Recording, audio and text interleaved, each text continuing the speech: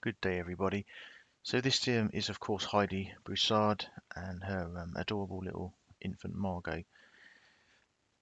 Now, the latest we've had on this was from the Austin PD yesterday, and they have no particular person of interest in this, and they are exploring every single possibility.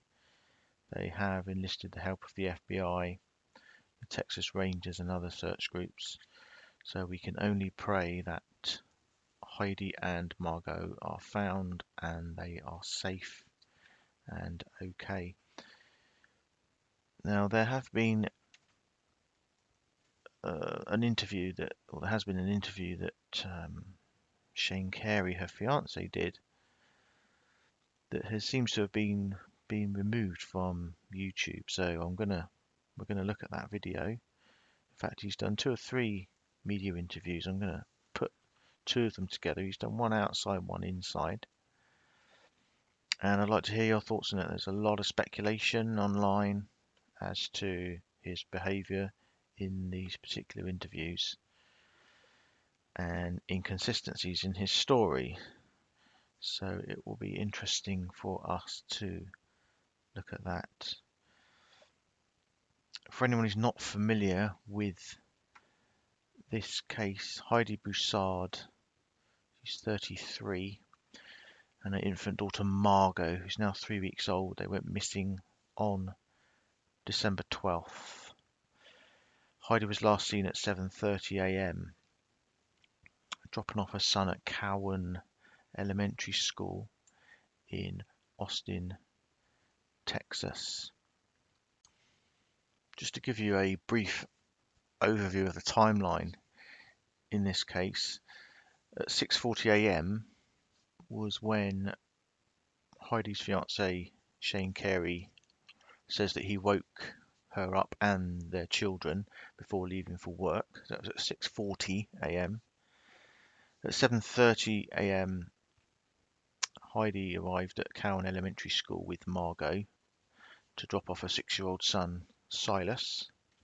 At 7:50, Heidi is seen for the last time on the surveillance video at the school.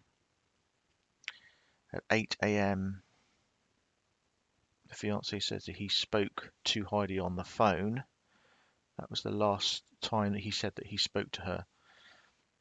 At 1:40 p.m, the fiancé then said he tried to call Heidi, but her phone was, he's quite switched off. At 2 p.m, the fiancé arrives home from work and Heidi and their daughter are nowhere to be found. At that time, the school calls around the same time to report that Heidi hadn't picked up Silas from school. And at 7:30 p.m. was when the fiancé Shane reported Heidi and Margot missing to the police. Now, as soon as the media interviews of the fiancé Shane Carey sort of started to surface, there were immediately comparisons made with Chris Watts because of certain behaviour and the way that the fiancé kind of conducted his interview, or his plea, if you like, to the public to help. So I'll play the videos now. There's 2. There's one that was done, it looks like inside his house. It's a very weird, bit of a weird setup. Basically, the interviewer's on the phone, on a mobile phone, talking to him, and then they've set up a light and camera in front of him, and I think his dad's there as well. So it is a bit of a strange setup. It's not the best of interviews, to be perfectly honest. And then the second one is outside. He's visibly with his father. So I'll play them for you now and see what you think. I'll be really interested to hear your thoughts and comments on this, and what you think about any possible involvement from the fiancé. In my personal opinion, he seems to be hiding something. Now, I'm not saying he's done anything bad or anything like that. Of course, everyone is innocent until proven guilty, and we must remember that. But he does appear to exhibit some strange behaviour, if you like. And of course, it could be nerves, it could be stuff like that. But I'm almost certain that he's not telling the whole story. I think there is something that he's holding back. But let's just pray that it's nothing bad. All right. And Shane, just tell us basically what happened. And is she like your fiance? We just weren't sure. Yes, it's my fiance. Okay. Yes, ma'am. So Shane just gonna talk to you then? Yeah, I look down when I talk. I'm sorry, I'm gonna look down the whole time probably. Yeah. All right. Yeah. So just tell us about the day your fiance and your baby went missing. Like, what kind of day was it? Was it a regular day? Did something That was just a basic Thursday. We basically have a routine every day. I get up around 6 a.m. and pretty much hit the snooze button a couple times, and then I finally wake up around 6:15, drink some water, wake up the kids around 6:30, wake up Heidi and Silas right before I leave. So like once I got them up on Thursday, it was kind of a later morning. It was around 6:40 whenever I got them up, and because it was Heidi's first day to actually take Margot by herself with Silas. So pretty much gave Heidi a kiss, the baby a kiss, and Silas a kiss, said have a wonderful day. Left the apartment, went to work, and then she takes the kids to school, and she was making lunch, like right before I left. She took the kids to school. I don't know. So at around 8 o'clock, she called me. I answered the phone like right before I got in my truck. I work for Unicorn Moving, so she called me around 8, and she told me that she went to the book fair. She bought 3 books. Cost about $25. It was amazing. Like she couldn't wait to read to Silas. And I told her I love you, goodbye. And this is hard. I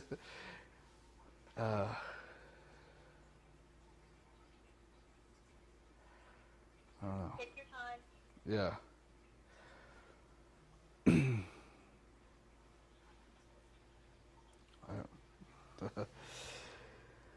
So I don't know right now. I've been repeating it all day. And let me know if you want me to move on to another question. No, it's a good question. This is just a weird situation right here. So I don't know.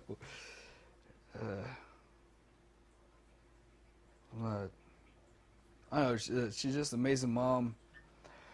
I don't know. I don't know. I need to stand up. I don't know. I can't sit here. This is like make me so.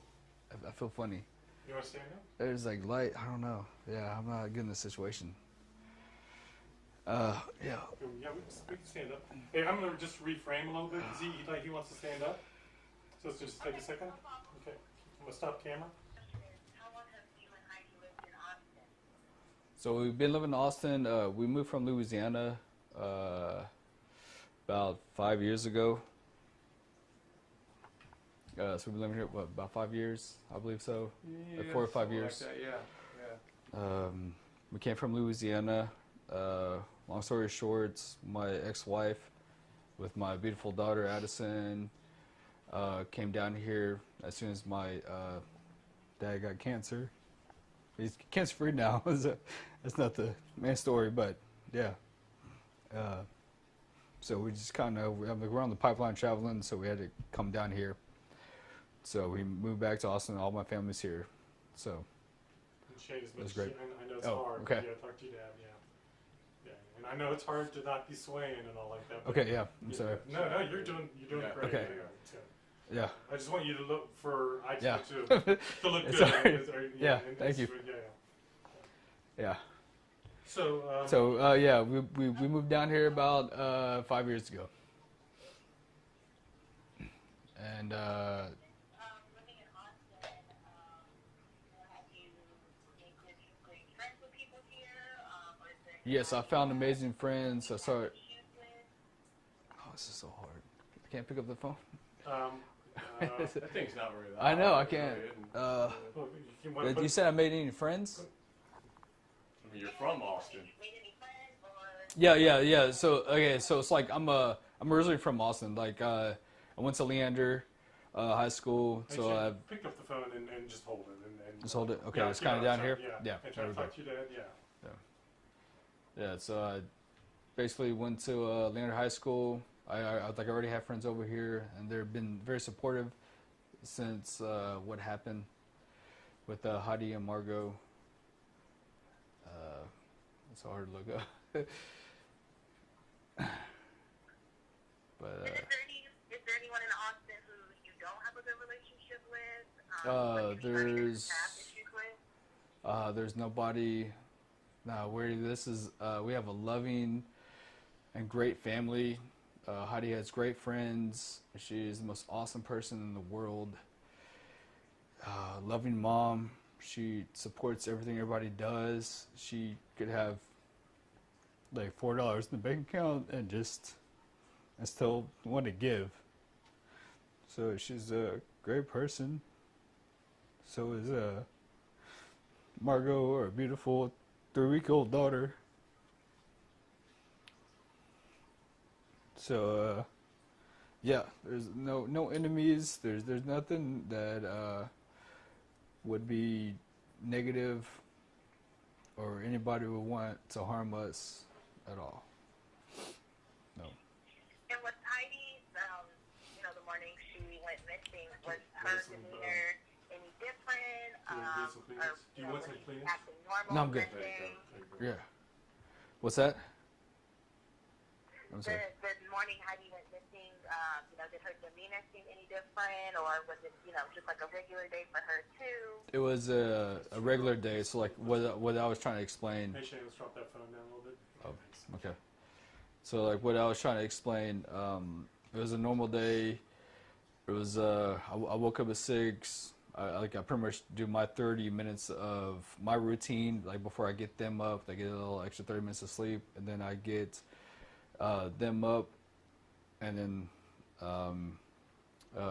my fiance Heidi wakes up with the kids, and we started making lunch, or she started making lunch, and I kiss them goodbye, tell them have a great day at school, and then I pretty much leave for work, and then once I get to work, by the time she drops them off, I'm like getting in my trucks around like 7:40, 7:45, and we always make contact like right before I get in my truck and then go to work, which they just went to the book fair, and they just bought 3 books. It's like $25. And she couldn't wait to read to Silas whenever Silas got home. We just bought 3 brand new books, which is right here inside the house. And that's the last time I actually made contact with her. Shane, so let's drop that phone down a little bit. Try to talk to your dad. Okay. Take it Yeah. maybe like a step or 2 closer to the cam. Okay. Yeah, that's good. Awesome. Great. Thanks, man. I know it's tough. Yeah, I'm sorry. it doesn't feel natural No, I know. at all. I know. I'm sorry. It's like it doesn't feel natural. I know. Okay. Feel like, what's the next question?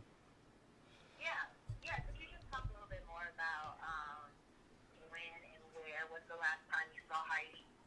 Yeah, it was actually like before I left this morning at 6:40. I left the house at 6:40. Yeah. Like I left the house. I'm gonna look at the light. I left the house at 6:40. And that's the last time I spoke to my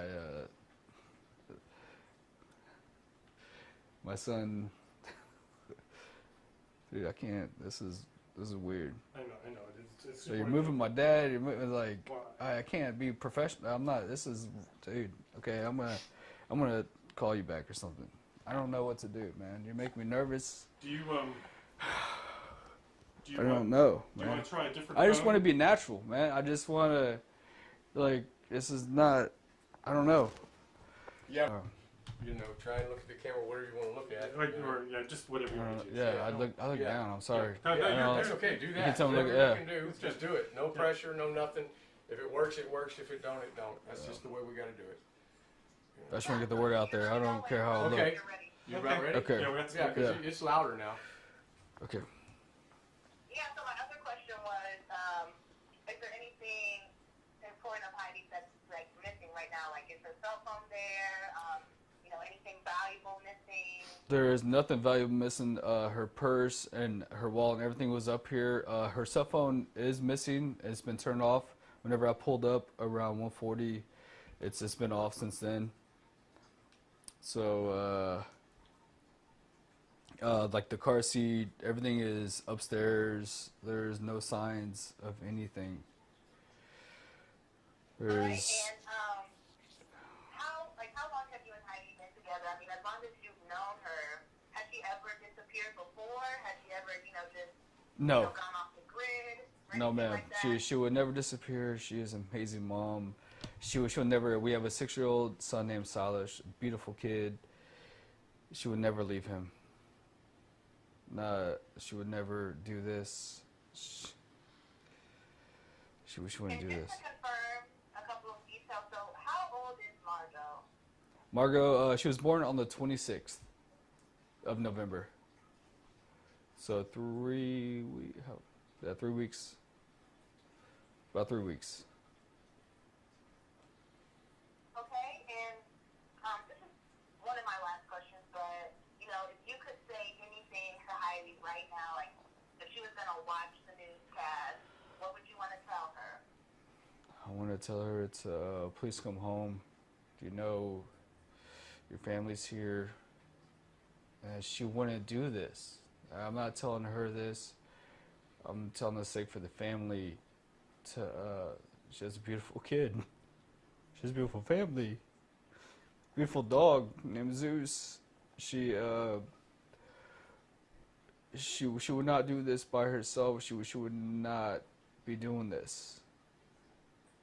This is definitely something that happened that was wrong. So anybody that could share, post, do anything, 1 second helps to save a beautiful family, a beautiful kid. Just anything you could do. Just reach out. If you don't know me, I don't care. If you see the post, if you see this news, reach out. Keep your eyes open. You just be open-minded. Anything suspicious, do anything you can to help. Please. This is it's a 3-week-old baby out there, and a mom, and a son that's missing her mom and a family. And if you could say anything to the person that she and Margot might be with, what would you say to them? Her and Margot, my what? I'm sorry. If you could say anything to, the person that she might be with, like the person, because you said she wants to do this on her own. So Okay. If you could say something to the person who may be involved in the disappearance. If you're what would you want involved, to tell them? I don't care. Set her to the side. She'll find her way home. Just bring her home safe, or put her somewhere safe. Her and the baby. Just feed the baby. She's only 3 weeks old. So, just find a way. You won't be in trouble. Just drop her off. She has a beautiful family. Shit. Drop her off anywhere. I don't care. Just make sure she's safe and okay. The baby's okay. And then right away. I don't know what. I just want her home safe. It doesn't have to be here. Just drop her off somewhere safe. If it is somebody. Just please come home. Or drop her off at my doorstep. I don't care. Just bring my family home. All right, Shane. Well, that was all of my questions. If there's anything else that you wanted to say or wanted to talk about, anything that I missed? No, just I love you, Heidi. I love you, Margot. Is anybody that could support us in any way possible? I'm about to be off. So, is any support, any old friends, share, post, like, anything, contact anybody if you see her. Just do whatever you can. We definitely appreciate it. I think it's, I don't know. Well, Shane, thank you for taking out the time to speak with us and for doing a very difficult interview. We greatly appreciate it. Yeah. And yeah, so we're going to get the story out and hopefully they both come home soon. So thank you again for the interview. Yeah, thank you so much.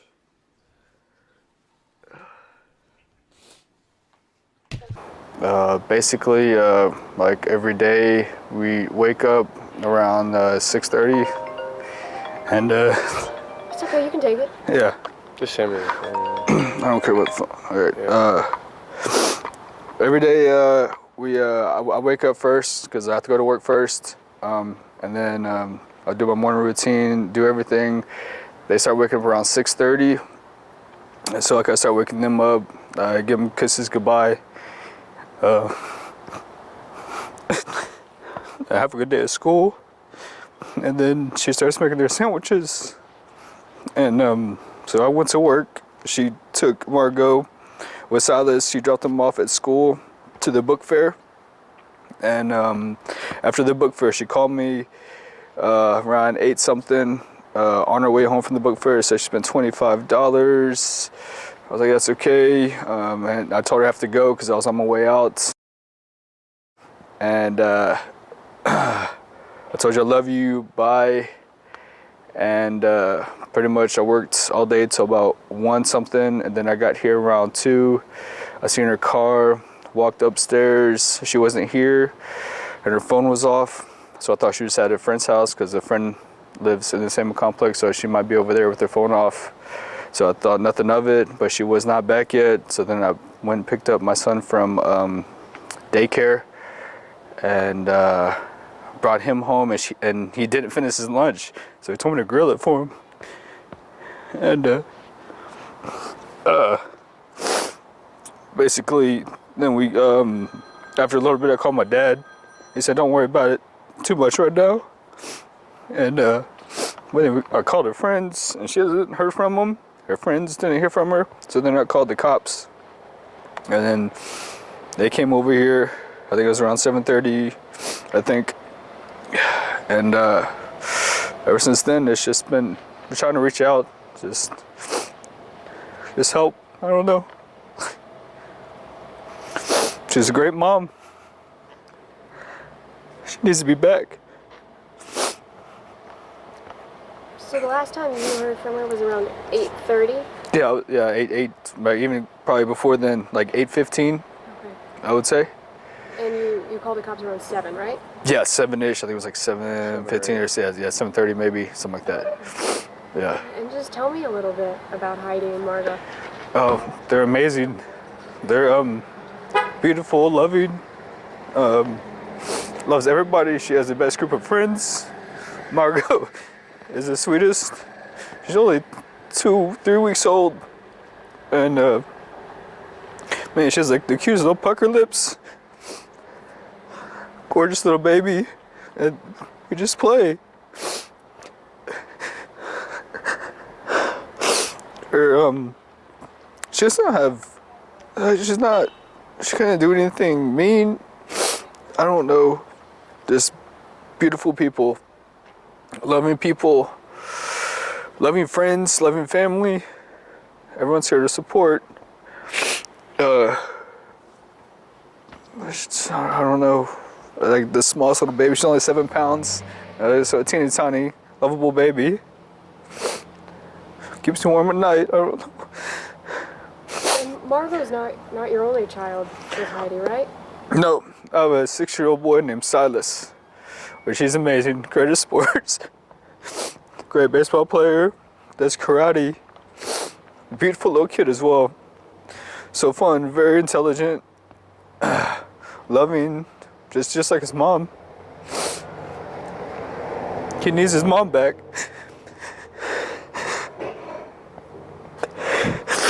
He needs her back. Anybody. I don't care if you think it's a lookalike, just call in and help. Please. What have the past, almost 2 days now? What have those been like for you? Have you guys received a lot of calls? How have you been? Yes, we received a lot of support. People, news stations, just random people on Facebook, old friends that I forgot about from like high school. They're like, I'm hoping you're doing okay. So we have a lot of support, and it's just people coming over here and just sitting back and just wishing I could do more, and not knowing what to do is the hardest part. Because I don't know where she's at. I don't know if she's suffering. I don't know anything, and I can't help. I'm helpless, and that's the worst feeling in the world, is to be helpless. And I know the cops and the investigators are doing their job. They're doing a great job. I just want to do more. It feels like we could do more. And that's where everyone comes in. This is a group. Let's all do it together. And just, so talk about, the way that the car was left, the way that the home was left. Everything was like she was home. That's why I thought she was at her friend's house. Like she walked to an apartment complex. The car seat's upstairs, her purse is upstairs, her ID wallet. There's no signs of her taking the baby. She would never leave her car door unlocked. Her car door is unlocked. So that's a weird sign. So, I don't know anything about that. And her purse is inside her car with all the money still inside of it, her ID, her cards, her full purse. It's just the only thing gone is her, the baby, her keys, and her cell phone, which has been off since I tried to call her at 1:40. And her keys, is that her car keys or her apartment? Car keys, apartment, mailbox. It's like a set of keys. Yeah. Weird. Yes, and she never leaves the car door unlocked. But she does have a 3-year-old baby, so I don't know.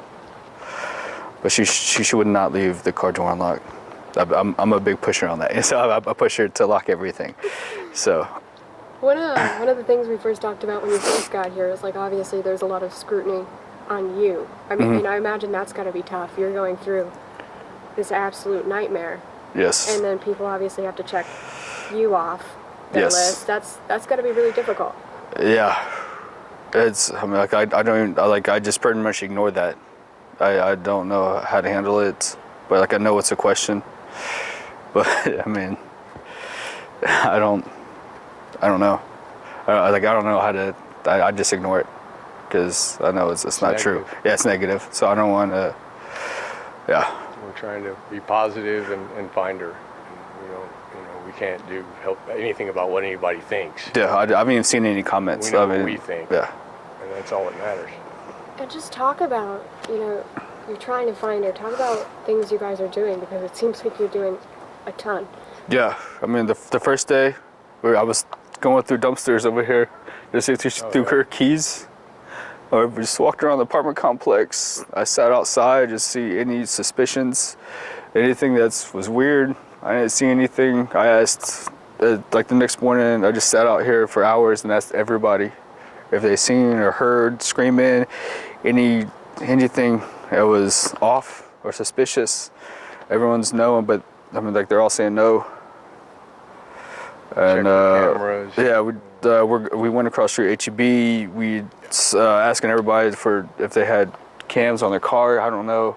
We're just asking all the questions that we can and looking through everything.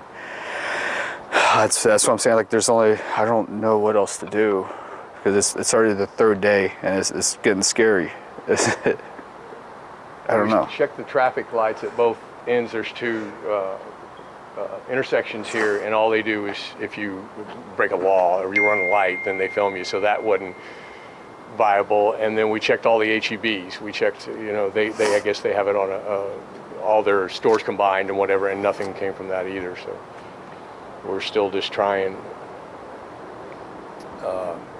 We have an agency coming tomorrow. I think it's the guy's name is Tim Miller. And he has an agency that helps folks. He had the same thing happen to him, and as a result, he's developed a company that has high-tech equipment to go in and do things very quickly and in some views more efficiently than the local police. So he's going to be here tomorrow and help us with a bunch of it, and we're hopeful that he'll come up with something. So it's all state-of-the-art equipment.